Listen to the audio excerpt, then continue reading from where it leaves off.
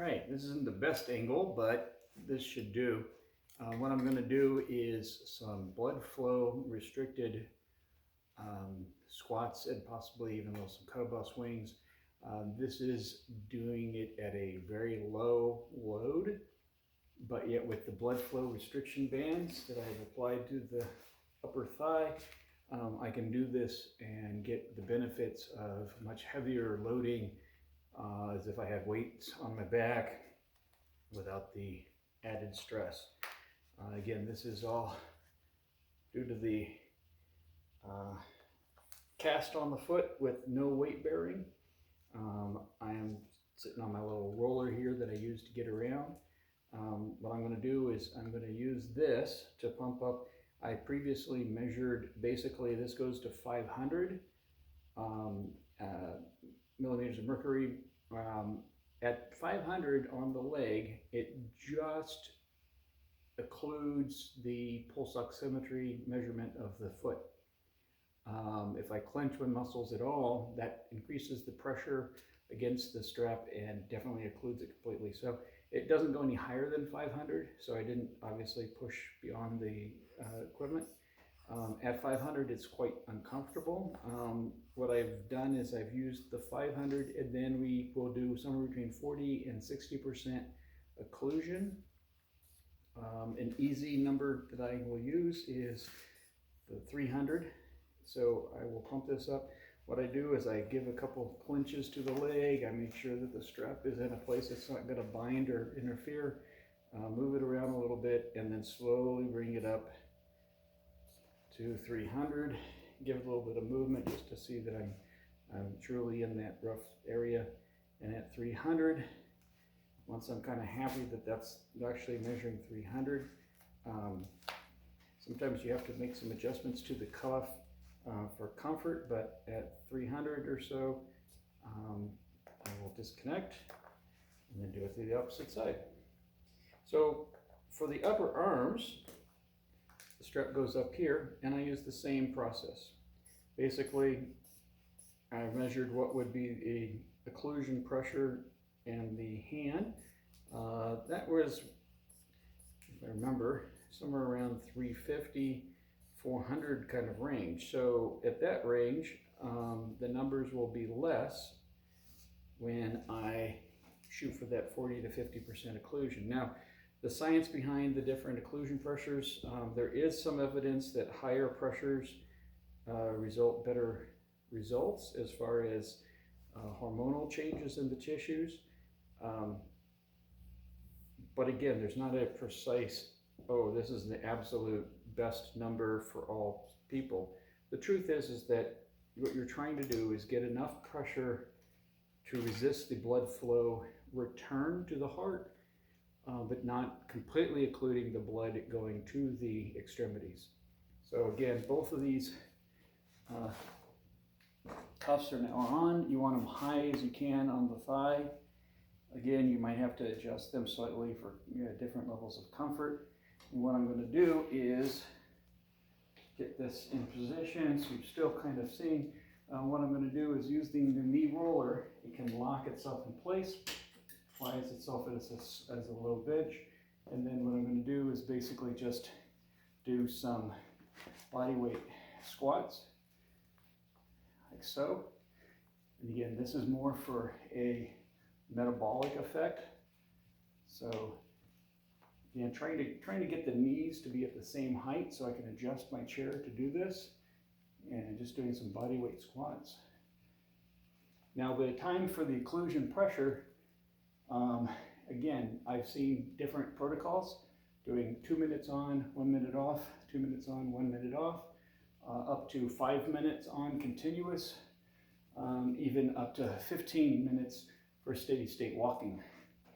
Again, my goal is to basically get the equivalent stress into the tissue below the leg, and thus increasing hormonal changes in the tissues, again, primarily in my injured leg, but also in both legs, to try to get some level of strength and conditioning while I'm in this cuff. So I've done a bit of those, and then and unfortunately didn't give myself credit. If it's not on Strava, it didn't happen, right? So one of the things that I'm interested in doing is trying to utilize some level of resistance. So we've got our kettlebells. I'm not using my larger 50-pound. Again, enough is enough and more is just extra. So what I'm going to do is I'm going to go ahead and see how this works with doing a little bit of added resistance and trying to get a little bit more posterior chain aspect to the movement. And again, I'm not trying to overtax, just trying to get a little bit of blood flow. And we'll do a little bit of that. Now, because this has been on now for a little bit of time, because I forgot to measure it, I'm assuming it's been approximately 2 minutes. What I'm going to do is I will release the pressure and then we'll repeat.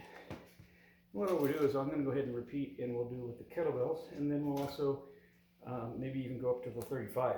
So what you do is you take this, attach it, and then turn the knob to bleed it off. Once it's bled off, disconnect. These have a little internal valve that when you release the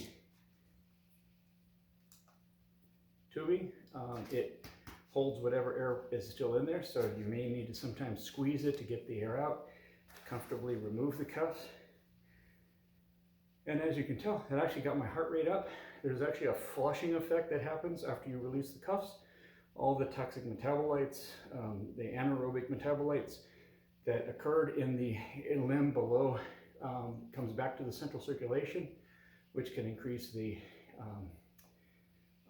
effects on the lungs and the heart as well. So again, it gives you the similar equivalent of a much higher intensity, both aerobic exercise as well as, so for example, a walking may be the equivalent of doing a threshold run.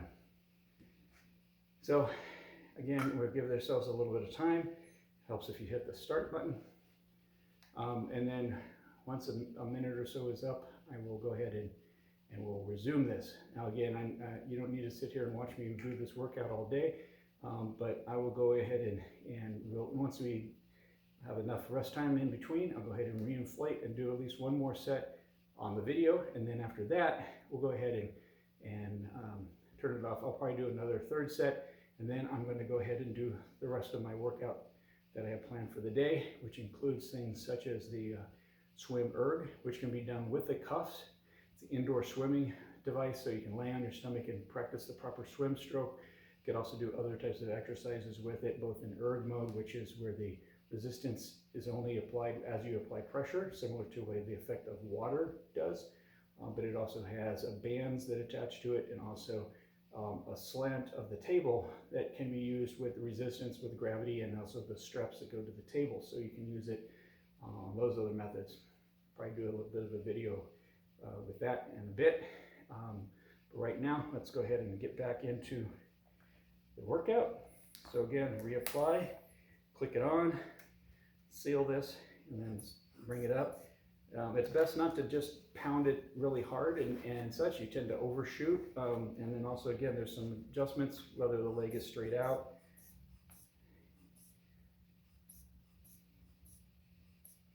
So what you'll find is you'll pump it, and then it'll slowly kind of come back down for a little bit. I like to clench the leg and get some idea of what the effects of the contraction will do.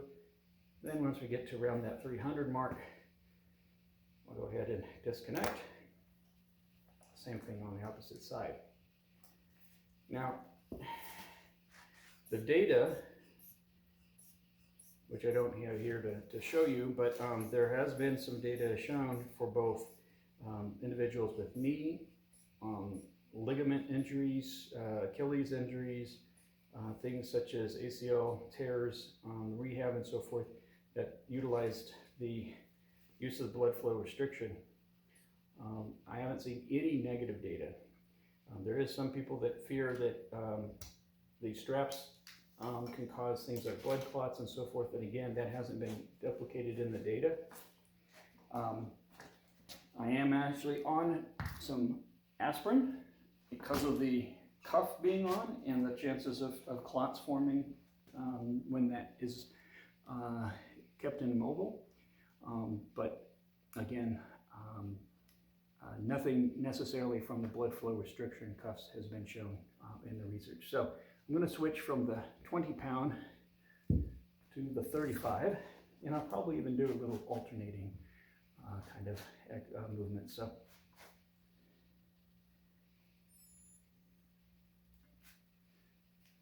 basic swing, which I could actually do reasonably. I can feel it in my glutes. You have to be careful because the chair could fall over. It is heavy enough, so I have to line myself on a slight oblique so that it doesn't happen.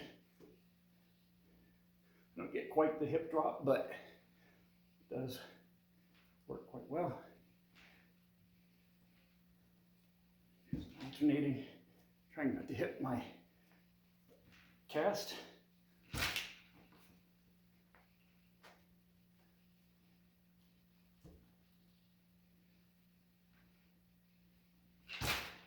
And down.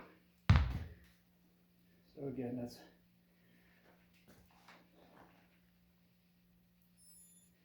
what I'm going to do is go ahead and bleed off the pressure. Now, you could also potentially, since that was 1 minute roughly of exercise, you could potentially switch to a different exercise. If you reach fatigue at 1 minute, you can go for 2 minutes, for example, by alternating your exercise, possibly doing an upper extremity exercise or something along those lines.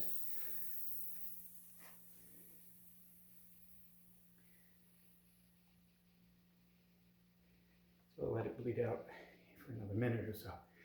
Then I'm going to go ahead and do another set right after this. And now, again, is the use of the blood flow restriction with the cast on the lower extremity, and doing it in a way to help improve a metabolic, also strength effects, despite not having the mobility in that lower leg. So hopefully this gives you some useful information, maybe some ideas for your own kind of workouts. And again, we'll see how this goes. Obviously, this is actually day 1 of using this technique for the swings. So it's still working out some of the positional bugs, but hopefully you'll see a progression as the next few weeks go on. Once I'm in a boot, I actually have another boot, so I'll have 2 boots on. As long as I'm stable in that position with those boots, then I'll do that rather than the knee down, and that way both legs are getting the same level of training. And obviously, once I'm out of the boot, we're allowed to do range of motion in the ankle. We'll work on that too. So good luck with anything.